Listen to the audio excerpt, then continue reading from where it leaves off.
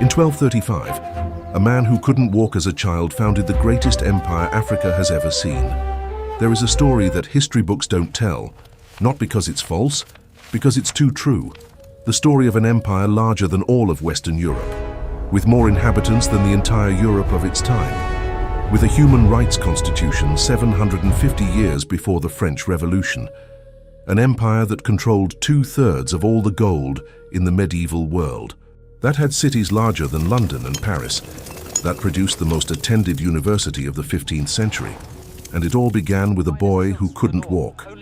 The Mandinka people lived in the 11th century under the yoke of the Soso Empire. They paid tributes, they were humiliated, they were dominated. The king of Soso, Sumanguru Kante, was a ruler who expanded his power by destroying everything he found. Entire kingdoms were wiped out, chiefs were assassinated, peoples were enslaved, and the Mandinka people seemed to have no way out, until Sundiata appeared. Sundiata Keita was born as the son of a minor king, but from his earliest years, something was wrong. His legs didn't work, he couldn't stand up, he couldn't walk. In an era when a king needed to be a warrior, a prince unable to walk was a public disgrace. Sundiata's mother, Sogolon, suffered constant humiliations. The king's second wife mocked her openly. She said her son would never amount to anything, that he was a disgrace to the royal family. And Sundiata heard everything, lying on the ground, unable to get up, but processing every humiliation, every word of contempt, accumulating something that words can't completely describe, a determination that only is born when someone has been humiliated enough to decide they will never be humiliated again. One day, tradition says he was 7 years old, Sundiata asked for an iron bar. The blacksmiths brought it. They thought it was a child's curiosity. Sundiata positioned the bar on the ground. He placed his hands on it and began to push himself up. His legs trembled. His body resisted. The muscles that had never been used protested with pain. And then, slowly, with an effort witnesses described as superhuman, Sundiata stood up. The iron bar bent under the force of his hands, and when he stood completely upright, he looked at the woman who had humiliated his mother and said nothing. He didn't need to. When Sundiata's father died, the succession was disputed. His mother, realizing her son's life was in danger, did the only thing she could. She took Sundiata into exile. For years, the family wandered from court to court, always welcome, because hospitality was sacred law in West Africa, but never at home, always guests, always dependent on the generosity of others. And Sundiata grew. In the courts where he lived, he learned everything a warrior and ruler needed to know. Military strategy, diplomacy, the handling of weapons, the art of inspiring men to fight. But he also learned something rarer. He learned to listen. While other princes spoke and commanded, Sundiata sat with the elders. He listened to the stories. He learned the names of families, ancient alliances, unresolved offenses, wounded pride. He accumulated human knowledge the same way he had accumulated physical strength, patiently, methodically, without rush. Meanwhile, back in the Mandinka homeland, the situation was worsening. Sumanguru Kante was growing more powerful and more cruel. There was a legend surrounding him. They said he was invincible, that he had supernatural protection, that no weapon could harm him, and the legend was real enough that nobody dared challenge him, until the exiles began to find Sundiata wherever he was. Chiefs who had lost their kingdoms, warriors who had seen their families enslaved, elders who carried the memory of what the Mandinka people had been before the humiliation. One by one they found Sundiata, and one by one they asked the same thing: come back, free us.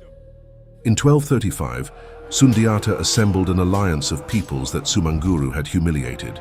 It was not just a Mandinka army, it was a coalition: Mandinka, Dialonke, Bambara, other peoples who had suffered under the same yoke. United not by ethnicity, not by language, not by religion, united by purpose. The battle took place at Kirina. The details were preserved by the griots, the professional singers and historians of Mali, who memorized history with a precision that rivals any written archive. It is important to understand what the griots were to appreciate how this story reached us. In cultures without widespread writing, collective memory depended on people specialized in memorizing and transmitting. Mali's griots did this with extraordinary discipline, memorizing genealogies of hundreds of generations, the circumstances of each battle, the names of each chief, the alliances and betrayals of each era. They were the living archives of a civilization, and it was through the griots that the story of Sundiata survived, transmitted orally for 800 years with a consistency that still surprises modern researchers. According to that tradition, the Battle of Kirina was decided by an extraordinary detail. Sumanguru Kante was considered invincible because of his supernatural powers. Tradition says the only material that could wound him was a white rooster's spur. Sundiata, informed by spies inside Sumanguru's camp, prepared an arrow tipped with a white rooster's spur. When the battle began, and Sumanguru advanced with all his force, convinced of his invincibility, Sundiata's arrow struck him, not necessarily fatal, but enough to break the spell. Sumanguru, the invincible, hesitated. And when a leader considered invincible hesitates on the battlefield, what happens to his soldiers is instant and inevitable. Panic spread through Soso's ranks like fire through dry grass. Sumanguru fled the battlefield, and the Soso Empire, which had dominated West Africa for decades, collapsed in hours.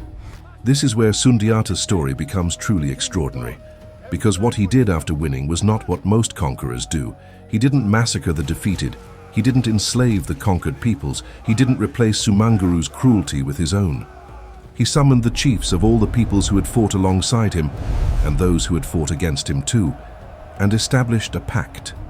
The Manden Charter, also called Kurukan Fuga, is considered by UNESCO one of the earliest human rights documents in history, inscribed on the UNESCO Intangible Cultural Heritage List in 2009, written in 1235, 750 years before the Declaration of the Rights of Man of the French Revolution, 550 years before the American Declaration of Independence.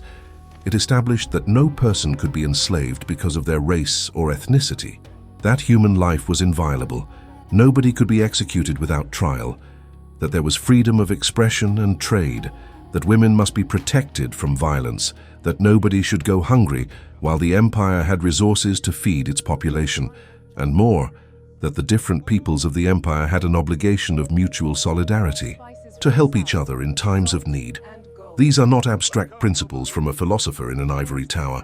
These are laws established by a warrior who had suffered humiliation, who had seen what unlimited power does to people, who had decided that the empire he was founding would be different. When we talk about the foundations of modern human rights, we talk about Locke, about Rousseau, about Jefferson.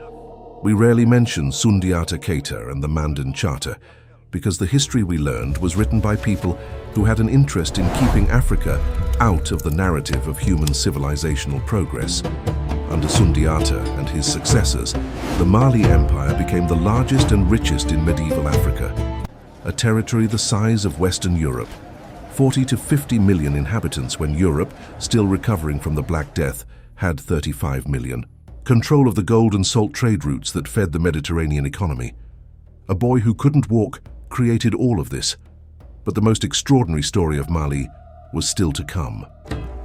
Because Sundiata's most famous successor, a man called Mansa Musa, would do something so impossible that the entire world would be brought to its knees.